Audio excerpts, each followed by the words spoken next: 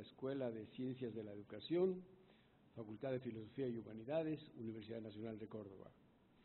Asesora pedagógica del Programa de Educación a Distancia, Secretaria de Asuntos Académicos de la Universidad Nacional de Córdoba. Asesora pedagógica de la Escuela Superior de Comercio Manuel Belgrano, Universidad Nacional de Córdoba, Proyecto Aula, con técnicas de la información y la comunicación. Directora alterna de la Maestría en Procesos Educativos Mediados con Tecnologías del Centro de Estudios Avanzados, Universidad Nacional de Córdoba. Proyectos de investigación recientes: innovación educativa en la Universidad Nacional de Córdoba, desarrollo de aulas virtuales, año 2012-2013, la formación docente de posgrado en tecnologías de la información y la comunicación a través de EVEA, diseño y seguimiento de la gestión, la integración de las nuevas tecnologías en la enseñanza, modos de apropiación y prácticas de uso de futuros formadores, evolución de la modalidad de educación a distancia en la educación superior en la ciudad de Córdoba, un sistema de gestión de calidad para cursos en modalidad de distancia en la Universidad Nacional de Córdoba, proyectos mediados por tecnología en la Universidad Nacional de Córdoba, estudio de casos. Ha sido subsecretaria académica de la Facultad de Filosofía y Humanidades y coordinadora del área de tecnología de la misma facultad.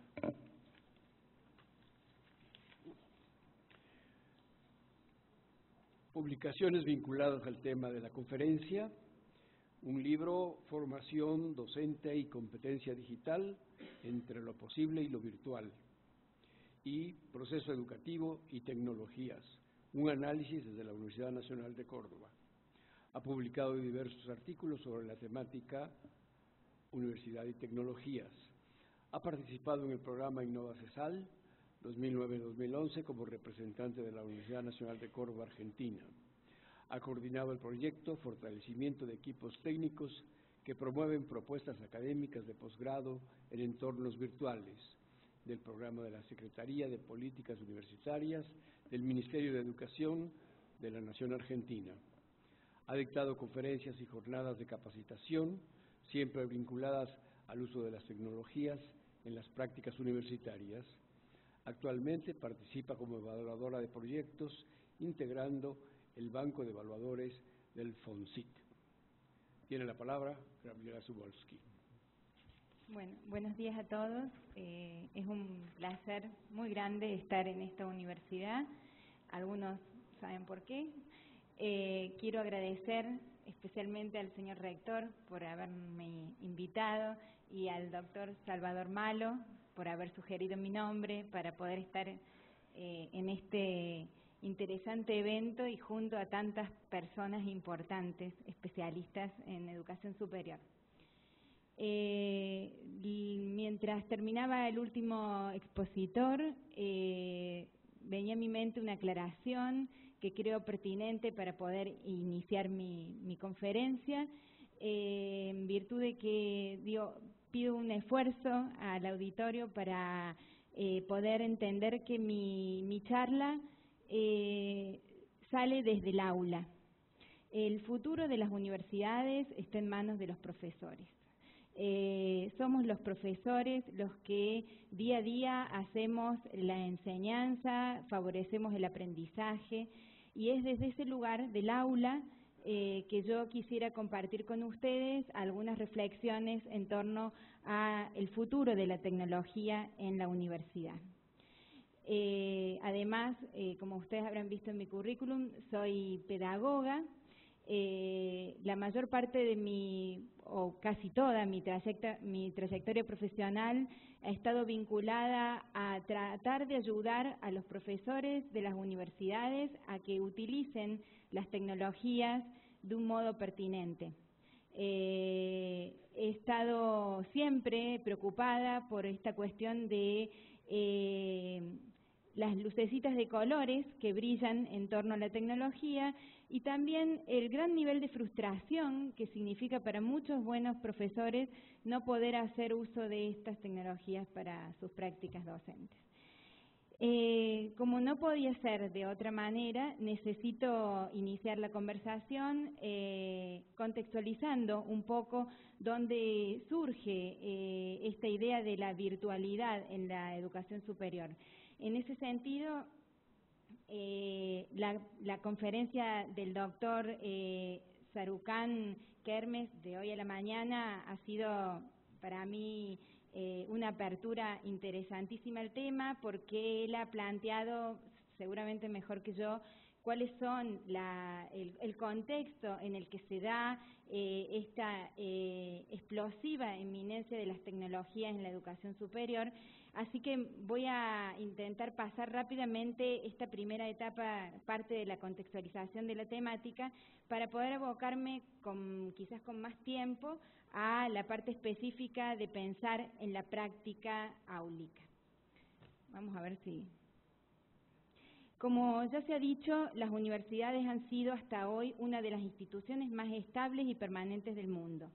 Este permanecer ha significado evolución, adaptación y renovación. Yo estoy tomando un informe de un especialista en educación superior, Joaquín Brunner, que seguramente muchos lo conocen, quien en el año 2011 publica un informe sobre algunos datos de universidades iberoamericanas. También quisiera aclarar que la conferencia la pensé muy centrada en Latinoamérica. De acuerdo a este informe, como ya se ha dicho en las conferencias anteriores, el fenómeno más llamativo del último tiempo en este ámbito es la fuerza irresistible de la masificación y universalización, particularmente en la región latinoamericana. Las cifras de este informe muestran el aumento en esta parte del mundo de su creciente matrícula de una manera dramática. De apenas 1.900.000 estudiantes en 1970, pasamos a 8.400.000 estudiantes en 1990 y cerca de 25 millones en el año 2011. Siguiendo además con este informe, otro dato que me parece también muy interesante es que ha habido un crecimiento importante de las universidades privadas y que el aumento en estos últimos años podría dar cuenta de que existirían hoy algo así como 4.000 universidades adicionalmente y cerca de 12.000 institutos no universitarios de educación superior. En este mismo informe se plantea justamente que nos recuerda este autor que en 1950 existían apenas 105 universidades, ¿no es cierto? Y que hoy estamos hablando de 4.000, o sea que el crecimiento es enorme. A su vez, tenemos 250% más de alumnos y 160% más de instituciones. Ahora, otro dato que parece llamativo y no menor cuando uno piensa también en las condiciones en las que se da el proceso de virtualización en las universidades, es que pareciera ser que de estas 4.000 universidades, el 93% son caracterizadas como de puramente docentes. Entonces termina diciendo este informe que las universidades posmodernas no serían más que una colección de diferencias sin características esenciales propias ni unidad interna. Por el contrario, la universidad posmoderna sería típicamente heterogénea y los sistemas que la albergan una colección de diferencias, donde coexisten lado a lado multi, macro y micro universidades, instituciones venerables por su antigüedad junto a otras advenedizas, universidades elitistas y masivas, cada una asumiendo una variedad de formas y funciones, presenciales, a distancia, remediales, de nichos, terapéuticas, confesionales, militantes, burocráticas, empresariales, alternativas, burguesas, multiculturales, regionales, metropolitanas. En el caso de Iberoamérica, la mayoría son de alcance local, algunas de carácter nacional, unas pocas poseen proyección en el nivel regional, escasamente algunas podrían llamarse propiamente internacional y ninguna es de clase mundial. No sé si este diagnóstico es compartido por todos, pero esto me sirve a mí porque en realidad cuando uno va a hablar de la virtualización de las universidades tiene que hablar en el contexto latinoamericano de esta realidad, ¿no? De un mapa absolutamente heterogéneo de educación superior. Esta breve caracterización sobre algunas transformaciones del sistema de educación superior, masificación, diversificación, modelo fuertemente centrado en la docencia, son solo algunas pinceladas que pretenden mostrar el contexto en el cual se producen los cambios que traen aparejado la inclusión de las tecnologías. En este contexto, las universidades, todas ellas, las pequeñas y las grandes, las nuevas y las viejas, reciben nuevas demandas y nuevos sectores sociales empiezan a transitar este proceso de vida universitaria. Y junto con ello se da fuertemente este proceso de virtualización, que implica básicamente que la información se transforma, ¿no es cierto?, ya me olvidé de mi PowerPoint. Estas son algunas características, ¿no es cierto?, de las condiciones en las que hoy impacta la sociedad de la información en nuestras universidades. Empresas con fines de lucro compiten con instituciones sin ánimo de lucro para atraer a poblaciones estudiantiles. Creciente matriculación que sobrecarga la capacidad de atender a los estudiantes. Nuevos tipos de estudiantes que egresan con expectativas diferentes. Y adopción explosiva de las tecnologías. Este es un cambio importante que para algunos autores tendría sus inicios fuertemente, si bien algunos plantean desde la década del 60 en adelante las inquietudes respecto a las transformaciones de las prácticas con el uso de la tecnología y reconocen en los inicios el uso de los medios masivos de comunicación, como es la radio, la televisión, en propuestas de docencia universitaria. En particular, se considera que la década del 90, junto con el advenimiento de la sociedad de la información, estaría marcando un punto importante en la evolución de este impacto, ¿no? Las tecnologías explotan en la vida, en la sociedad, en la cultura, y esto impacta fuertemente en nuestras universidades. De alguna manera, las TIC se transforman en el soporte material de las transformaciones que deben asumir las universidades. Sin embargo, esto es lo que está pasando, ¿no es cierto?, hoy con la tecnología. Se producen millones de mensajes, millones de productos audiovisuales, comunicaciones online de todo tipo. Esto, en segundos, es lo que va haciendo, va dando forma a lo que hoy conocemos como sociedad de la información. Ahora bien, respecto a esto último, las instituciones universitarias también, a la par de este gran desarrollo de la sociedad de la información, se ha dado cuenta que el aprendizaje electrónico podría formar parte de la solución que permita preparar a los estudiantes para este mundo conectado. De hecho, las tecnologías se están convirtiendo en agentes de transformación y no solo de evolución, tanto en la educación académica como en la vida profesional. La universidad, dicen algunos autores, debería dejar de ser esa torre de marfil para convertirse en esa torre conectada. Ahora bien, estos cambios al interior de las universidades están planteando una gran revolución interna, un cambio profundo, que muchas veces aún no se sabe bien cómo gestionar. Lo que estamos viviendo, entonces, como fuerte impacto de esta sociedad de la información es que la universidad vive un proceso de estructuras rígidas y tradiciones académicas poco diversificadas, junto con aires de reforma, flexibilidad, innovación y nuevas tecnologías. Todo esto se da junto. Lo viejo y lo nuevo conviven en nuestras instituciones universitarias. ¿Qué ha dado lugar? Ha dado lugar a universidades de ladrillo que siguen funcionando con la incorporación, en el mejor de los casos, de algunas tecnologías en sus prácticas de enseñanza o de gestión, universidades virtuales y también universidades de ladrillo y virtuales. ¿Cómo se ve esto en particular? ¿Cuáles son los efectos más visibles? Bueno, es que hoy aparecen, como ya lo dijeron en conferencias anteriores, aparecen aulas virtuales, bibliotecas virtuales, laboratorios virtuales, oficinas virtuales. Esto es el efecto visible del impacto de la sociedad de la información en la docencia universitaria. Ahora bien, nos preguntamos, tomando algunos autores que lo dicen y yo lo tomo de ellos, ¿vino viejo en botella nueva? Bien, lo que pareciera, y esto ya lo comentaron los conferencistas anteriores, es que los modelos tradicionales de las prácticas que durante mucho tiempo permanecieron estables en nuestras aulas, hoy se están trasladando hacia la virtualidad en botella nueva.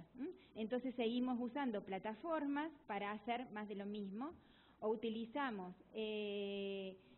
laboratorios virtuales para hacer más de lo mismo, etcétera. Entonces, acá quiero hacer un análisis un poquito más amplio. Resulta ser que el mundo de la tecnología cambia vertiginosamente, produce nuevas tecnologías cada vez de mayor acceso, cada vez de mayor comodidad para ser trasladadas a cualquier punto. ¿Qué es lo que nos dicen los informes internacionales? Que el impacto de las tecnologías emergentes de un año a menos, por lo menos se caracterizaría por este tipo de tecnología. La computación en la nube, supongo que estos conceptos ya se conocen, si no las preguntas lo podría ampliar. Contenidos abiertos, tal como lo explicaron anteriormente.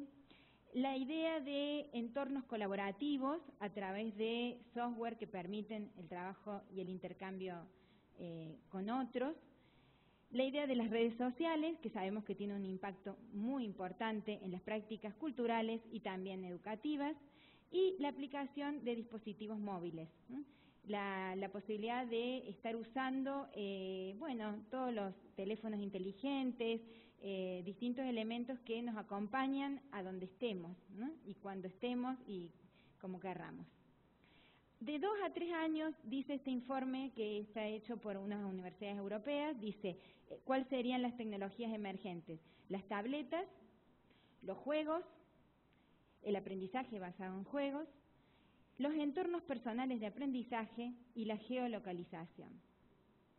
Y si nos vamos un poquito más allá, de 4 a 5 años, estaríamos pensando en las analíticas de aprendizaje, que significan la posibilidad de hacer un registro de la actividad académica de cada alumno, las posibilidades de la utilización de aplicaciones semánticas, que es esta idea de que la web se hace inteligente y de pronto puede ayudarnos a responder a nuestras necesidades en función del contexto cultural en que cada uno vive.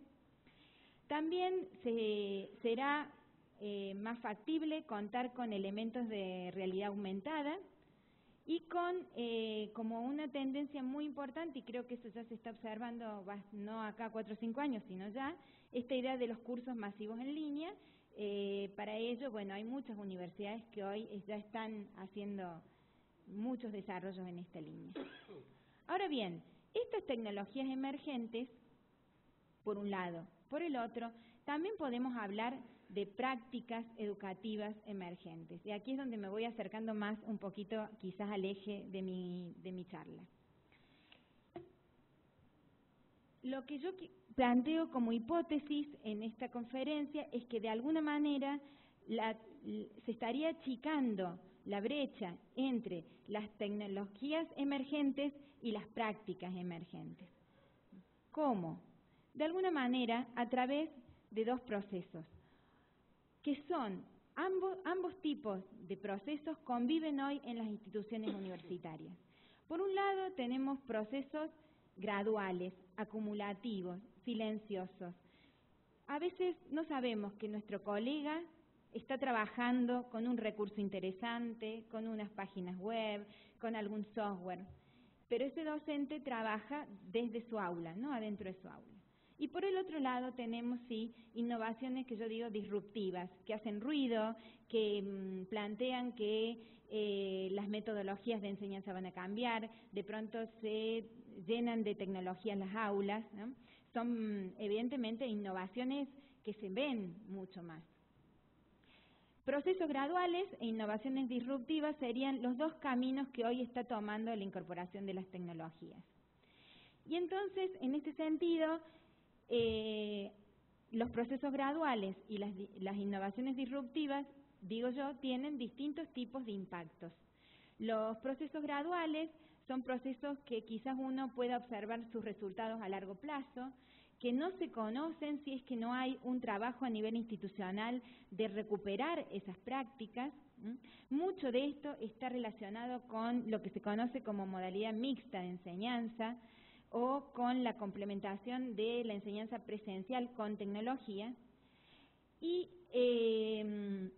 las innovaciones disruptivas estarían más orientadas a generar propuestas que vienen de la mano de esta idea de e-learning, m-learning y u-learning.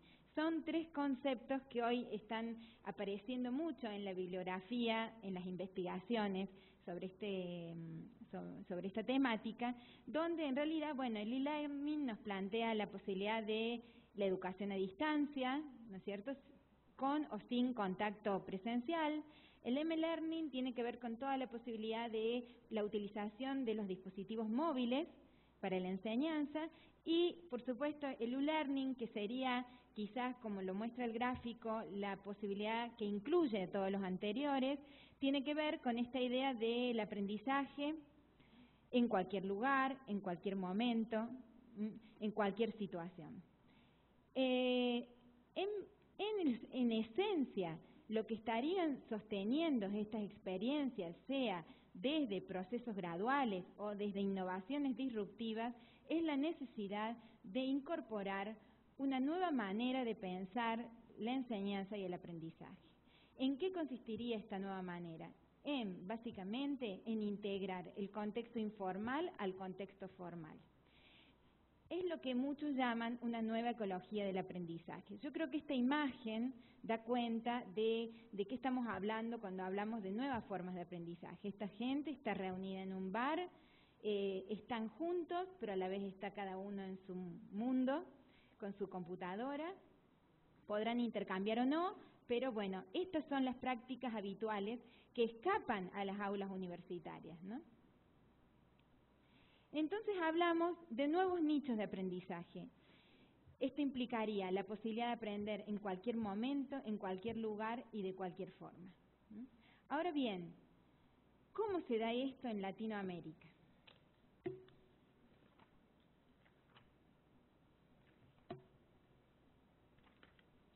En Latinoamérica este proceso es lento, heterogéneo, silencioso y en realidad muchas veces en las instituciones universitarias, tanto las tecnologías con Internet, en realidad están ofreciendo más que caminos de innovación, muchas veces son armas poderosas para reforzar el tradicional modelo universitario de educación superior que durante tantos años hemos albergado. Ahora bien, estas tendencias que marcan estos estudios internacionales de hacia dónde va la tecnología y hacia dónde van las prácticas, de alguna manera nos están diciendo que aparecería como una tendencia muy importante esta idea del aprendizaje informal, esta idea de el aprendizaje social, esta idea de el aprendizaje colaborativo, el aprendizaje en cualquier lugar. Ahora bien, en el caso de, en este sentido, las tecnologías, de alguna manera, se piensan en este paradigma educativo como las tecnologías del empoderamiento, la posibilidad de dar al otro la posibilidad de una participación, de una búsqueda, de una construcción, ¿no es cierto? Ahora, particularmente en Latinoamérica, que somos un mundo globalizado, pero profundamente fragmentado, con quiebres, con distancias que no solo emergen fruto de realidades económicas muy diferentes, sino también por culturas, por lenguajes, por valores, por modismos diferenciadores de las regiones y de cada pueblo. En este sentido, si bien hoy podríamos decir que la brecha digital en cuanto al acceso se está achicando porque tenemos mayores posibilidades, toda esta perspectiva de la tecnología emergente para nosotros, y a lo mejor México es diferente, mi ubicación en Latinoamérica es Argentina, lo estamos viviendo como un proceso mucho más lento que en el resto del mundo. Lo que quizás para los estudios europeos sea realidad próxima en los 4 o 5 años, no está dicho que en América Latina lo sea en ese lapso. Lo cierto es que vamos como un poquito más lento, pero también vamos en esa dirección, ¿no es cierto? Entonces, en ese sentido, cuando uno mira lo que sucede hoy en las aulas universitarias, ¿qué observa? Que habría 3 etapas de desarrollo y que nosotros, en realidad, todavía podríamos decir que estamos en las primeras etapas. La primera etapa es esta de apropiación del objeto, ¿no es cierto?, donde hay un acceso muy instrumental a la tecnología. La segunda etapa habla de cuando ya empezamos a entender la funcionalidad. Pero hay un tercer momento, que es cuando podemos pensar en esta tecnología como nuevas formas de aprender, que en realidad, desde mi visión, todavía nos queda un camino importante por recorrer. Ahora bien, ¿qué sucede en nuestras aulas? Yo digo, sucede que hay intersticios. ¿Qué son los intersticios? Son esos lugares donde suceden cosas, donde los profesores, a través de transformaciones silenciosas, empiezan a incorporar gradualmente distintos elementos de tecnología. Algunos usan aulas virtuales y empiezan a comunicarse con sus alumnos, empiezan a acercarles material digitalizado. Otros empiezan a crear sus propios blogs, algunos hasta crean sus páginas web. Otros utilizan software para explicar determinados temas, algunos se animan con las simulaciones. En realidad, lo que estamos observando es que hay una tensión entre esa tecnología emergente y las prácticas convencionales.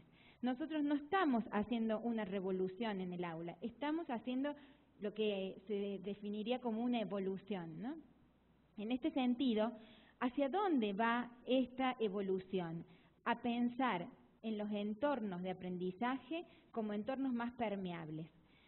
Lo que algunos pedagogos, por lo menos en mi país, llamamos aprendizaje sin costuras, o sea, no hay bordes.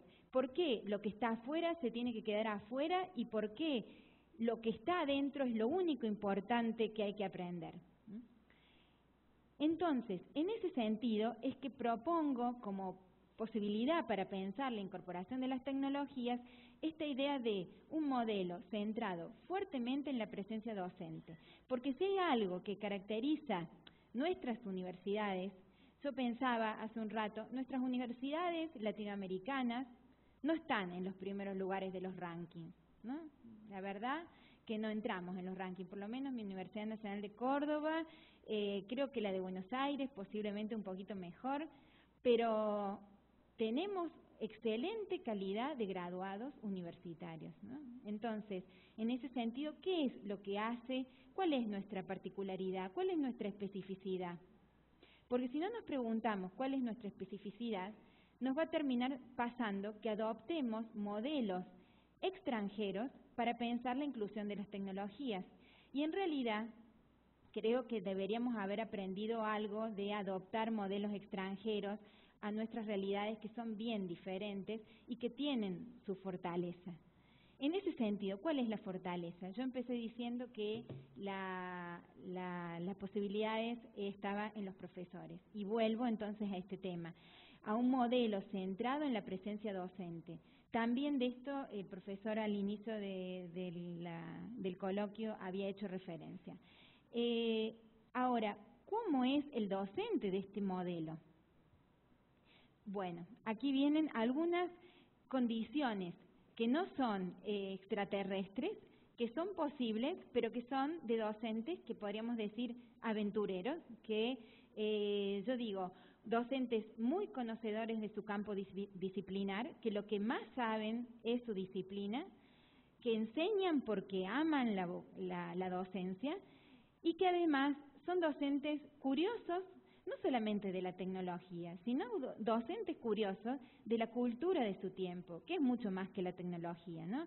No es solamente Facebook, sino es también entender qué hace que Facebook sea tan importante, no sé si acá Facebook sea tan importante para los jóvenes y los no tan jóvenes, ¿no es cierto? Entonces, en ese sentido, estos profesores asumen que otro tiempo y otro espacio son posibles para enseñar y aprender. Un espacio simbólico que los habilita para interactuar y un tiempo distinto que no se encuentra sometido a los imperativos del reloj. También estos profesores, y esto no es poca cosa, comprenden que los principios que rigen los nuevos medios. La representación numérica hace posible transformaciones profundas en los lenguajes y en sus circuitos de producción y circulación. Y por otra parte, la organización modular de Internet impacta en la estructura de participación y distribución de los contenidos.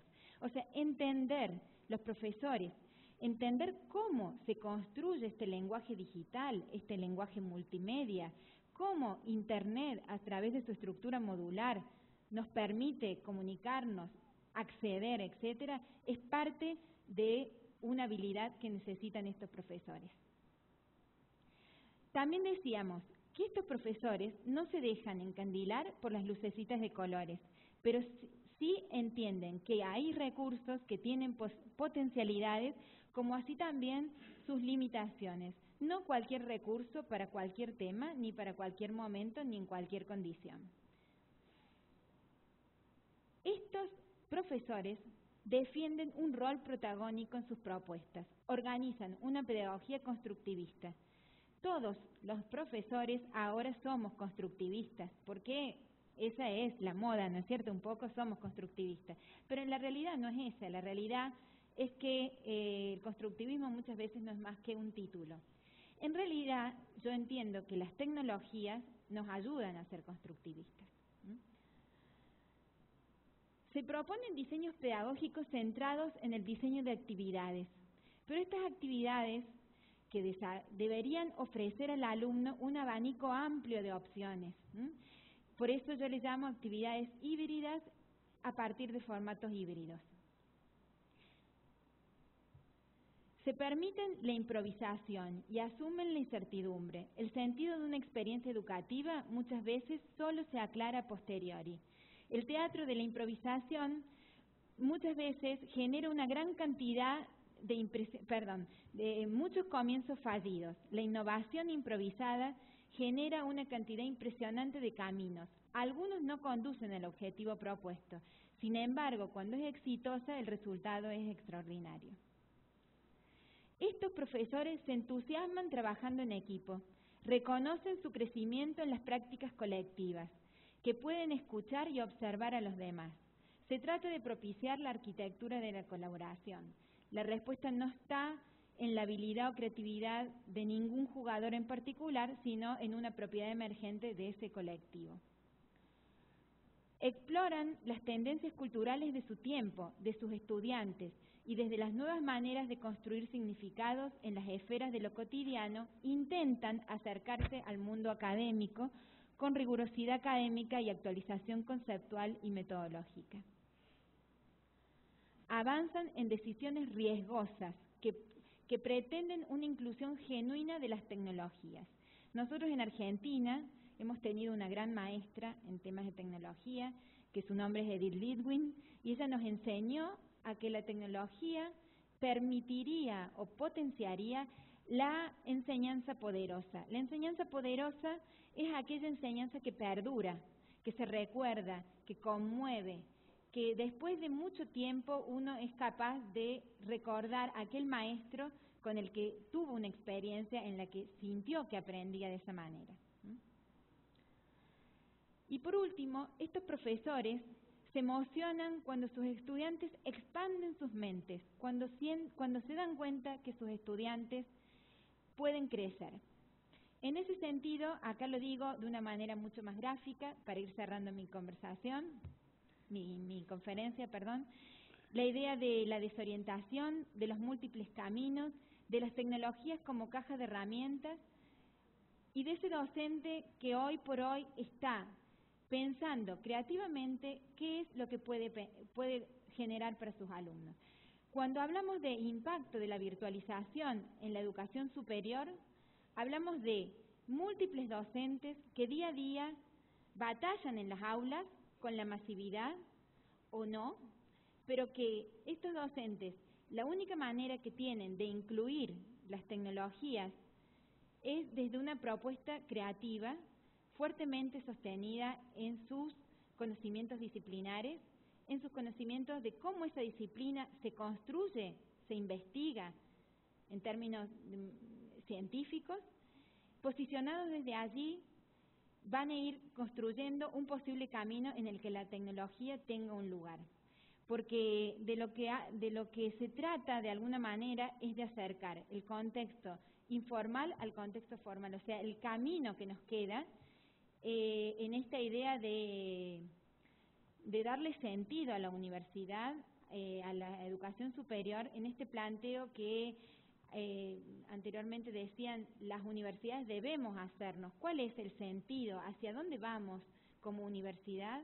Es hacer que nuestra universidad pueda ser un puente para la vida, para una vida mejor, y en ese puente hoy están las tecnologías, ¿no es cierto? Entonces, de alguna manera, incluirlas es parte de la vida y es acercar la universidad a la vida en pos de brindar lo mejor que podemos hacer los educadores, ¿no es cierto?, que es la excelencia académica en la construcción de conocimiento. Bueno, eso es todo. Muchas gracias.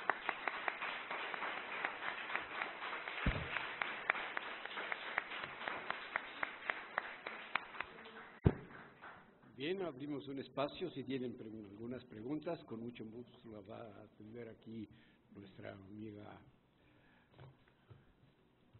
Si hay alguien que quiera hacer alguna. Por allá veo una manita. A ver. ¿Sí? Y luego vos. A mí me quedó una duda sobre una cuestión que manejaba acerca de la brecha digital. Me interesa saber cuáles son los indicadores con los que usted está observando esa brecha digital y en qué medida, de hecho, creo que anoté que las prácticas educativas emergentes podrían ayudar a disminuir la brecha. Entonces me interesa saber, en ese sentido, cuáles son estos indicadores y cómo es que estas prácticas educativas tienen esa relación entre, pues evidentemente, entre la brecha y las prácticas educativas, en ese sentido de disminución. Bueno, si interpreto la pregunta, el planteamiento va en esta dirección. Nosotros como latinoamericanos primero tuvimos que vivir la brecha del acceso material, o sea, incluso todavía, ¿no es cierto?, existen zonas en donde es muy difícil acceder a la tecnología, inclusive lo que también sigue siendo muy grave es el problema de la conectividad. No sé cómo será en este país, pero en Argentina el problema de la conectividad es muy importante, lo que limita fuertemente las posibilidades de trabajar con tecnología en la educación superior, en todos los niveles, ¿no es cierto? Lo cierto es que hay programas de incorporación de tecnología en todos los niveles del sistema y esto haría que de alguna manera esta brecha material tendería a achicarse, ¿no es cierto?, de acá a un tiempo. Esa es la expectativa. Ahora, además de la brecha material, también se habla de otra brecha, ¿no?, de la brecha más sociocultural, de la brecha de la apropiación de la tecnología.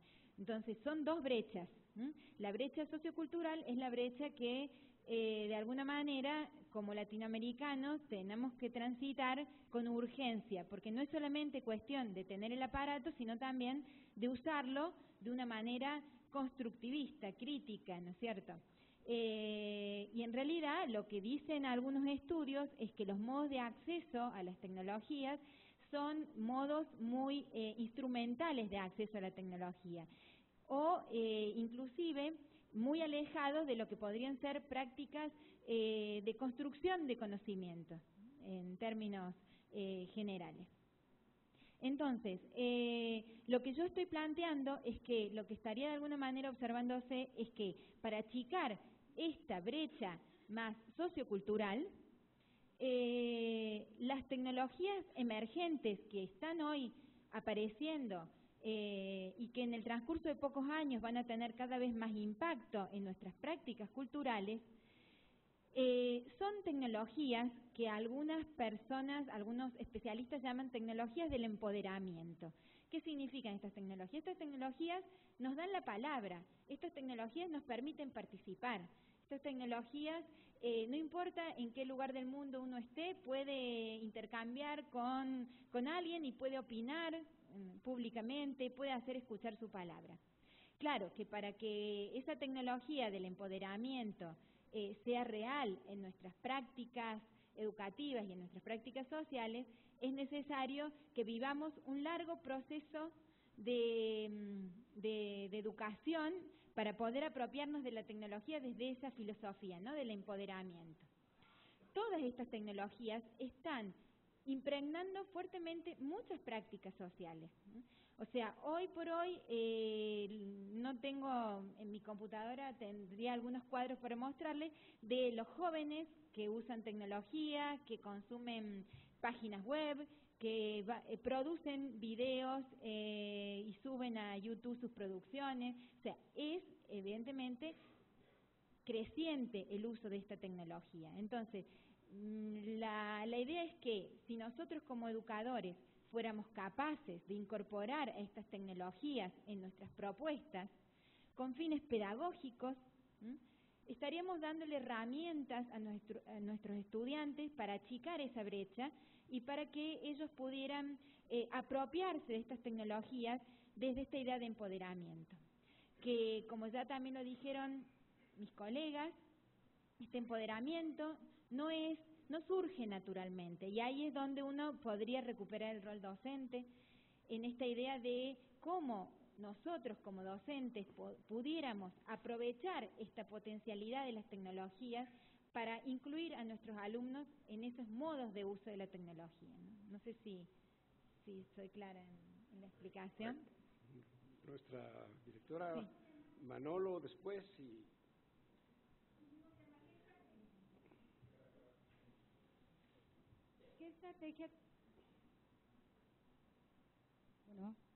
¿Qué estrategias están implementando ustedes para llevar o para asegurar este empoderamiento de los académicos, por un lado, y por otro, qué método o cómo están ustedes trabajando respecto a ese acercamiento de los procesos graduales versus la innovación disruptiva? O sea, ¿qué están haciendo ustedes? Si nos compartes un poquito su realidad.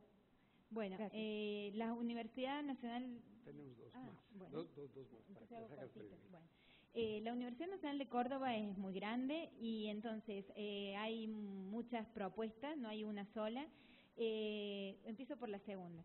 En este momento entendemos los que estamos a cargo de la gestión del uso de la tecnología que no somos capaces, por justamente la envergadura que tiene este proceso, de supervisar y de conocer todo lo que está pasando. Desde el nivel central se promueven distintas estrategias que apuntan en este momento estamos haciendo más énfasis en lo que son los procesos graduales que las innovaciones disruptivas, porque creemos que a largo plazo estas innovaciones graduales van a tener mejores resultados, por lo menos estamos innovando en esa línea. Eso significa, por ejemplo, que hay un esfuerzo importante porque los profesores, por ayudar a los profesores a que puedan pensar su enseñanza con tecnología, ayudándoles a que produzcan esa tecnología para sus aulas. Digamos que si hay algo que en particular caracteriza al área donde trabajo yo, que es una de varias, ¿no es cierto?, es esta preocupación por, digamos, cómo construye conocimiento el alumno a partir del uso de la tecnología. Entonces, nos parece muy valioso y hay mucha inversión quizás de tiempo, de recursos humanos y materiales puesto en acompañar al profesor a que genere sus recursos con tecnología para sus prácticas. Muchos nos critican porque el impacto de eso es hacia adentro del aula. Cuando uno quiere mostrar resultados, quizás ese es el déficit, ¿no? Es que los resultados son muy hacia adentro. Ahora, esos resultados nos parece que son los más valiosos y los más interesantes, ¿no? Claro, en términos de política universitaria quizás eso no sea suficiente, ¿no? Por ejemplo, nos preocupan muchísimo las propuestas de e-learning. Nosotros en nuestra universidad es muy diversa, pero hay algunas líneas de trabajo donde las propuestas de e-learning son, nos importa construir entornos de construcción de conocimiento. Entonces, la Moodle, que es la plataforma que hoy usamos todos los universitarios, si tuviera posibilidades me gustaría mostrarles, nosotros hacemos un intento por una personalización de la Moodle y por construir entornos de aprendizaje. Bueno, esa es una pregunta. La otra era... ya me olvidé de la otra. Le damos la palabra a Manolo, sí, luego perdón. A Rosaura. Bueno, te ceden la palabra a Rosaura.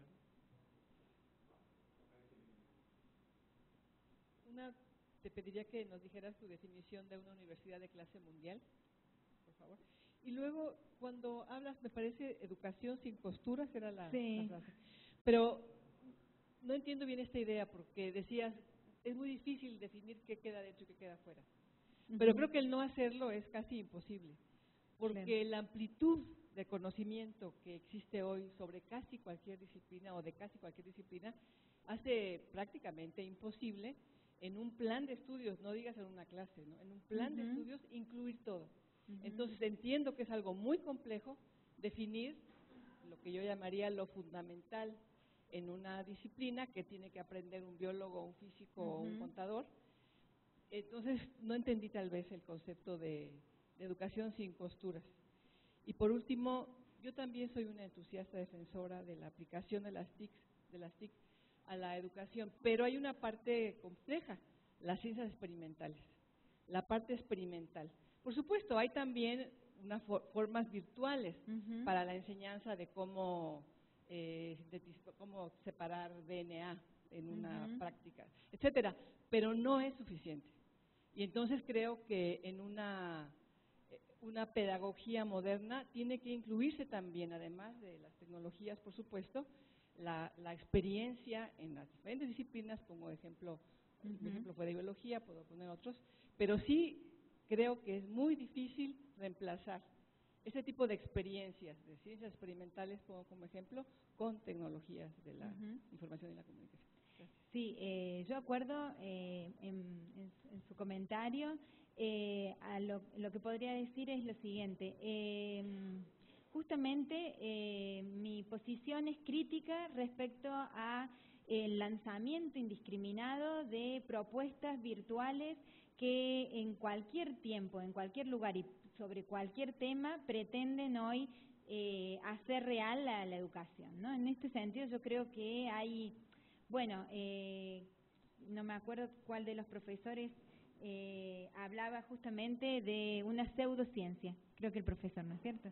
Creo que en realidad mi opinión es que deberíamos poder decir en qué momento la tecnología es oportuna y en qué momento vale recuperar una excelente clase, muy buena clase magistral, cuándo es necesario el contacto, cuándo es necesario la palmada en el hombro, ¿no es cierto?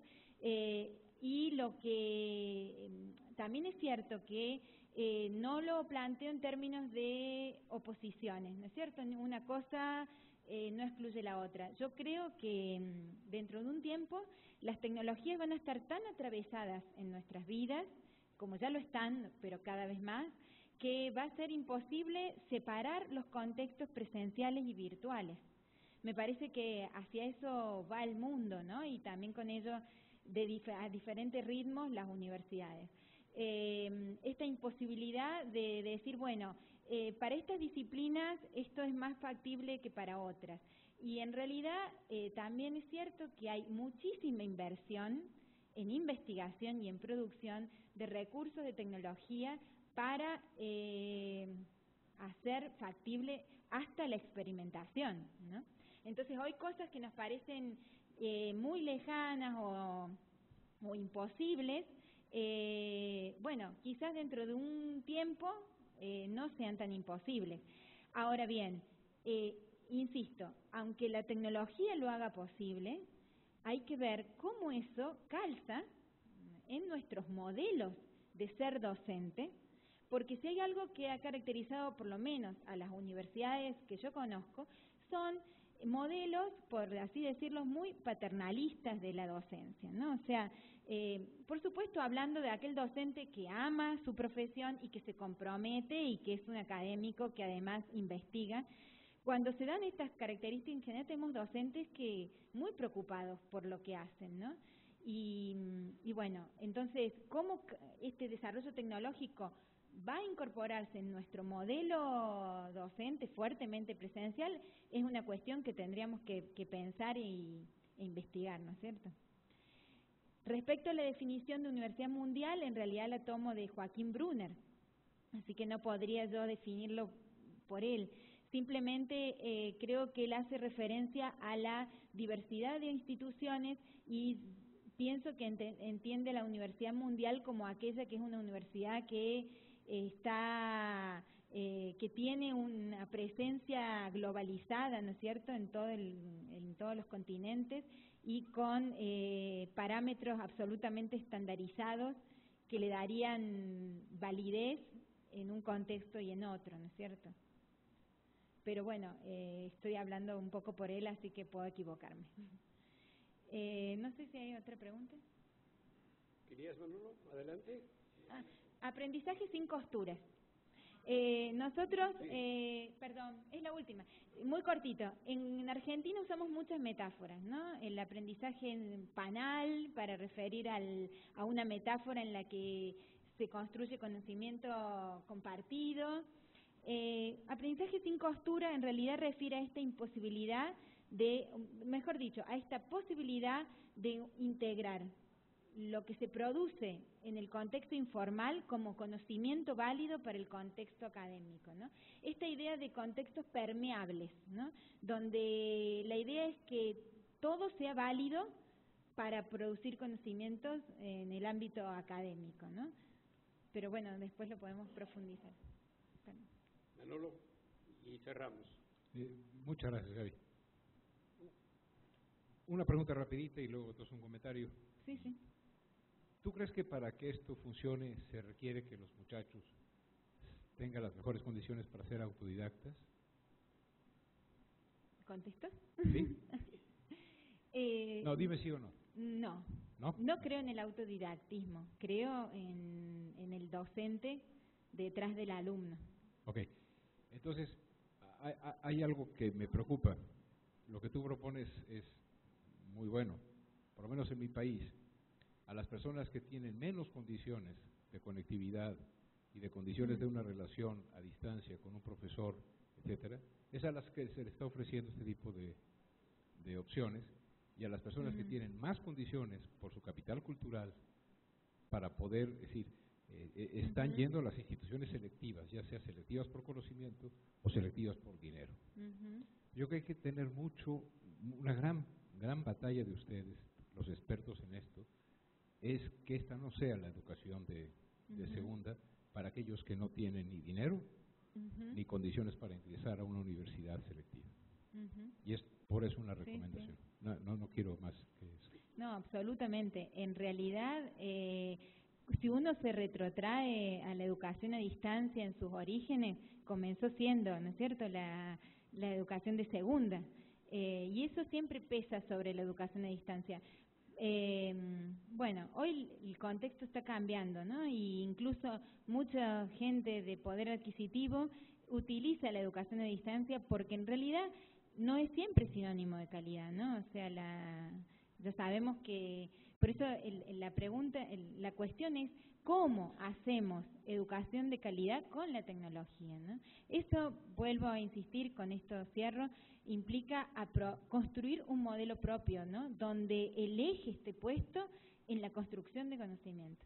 Eso demanda muchísimo esfuerzo, muchísima inversión, equipos de producción por detrás, y muchísimo tiempo de producción. No entiendo yo cómo las universidades a veces en transcurso de 6 meses largan 600 cursos a distancia.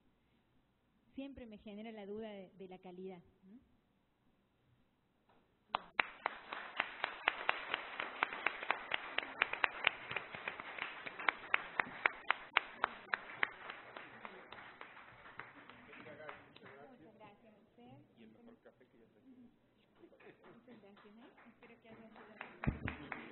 Bueno,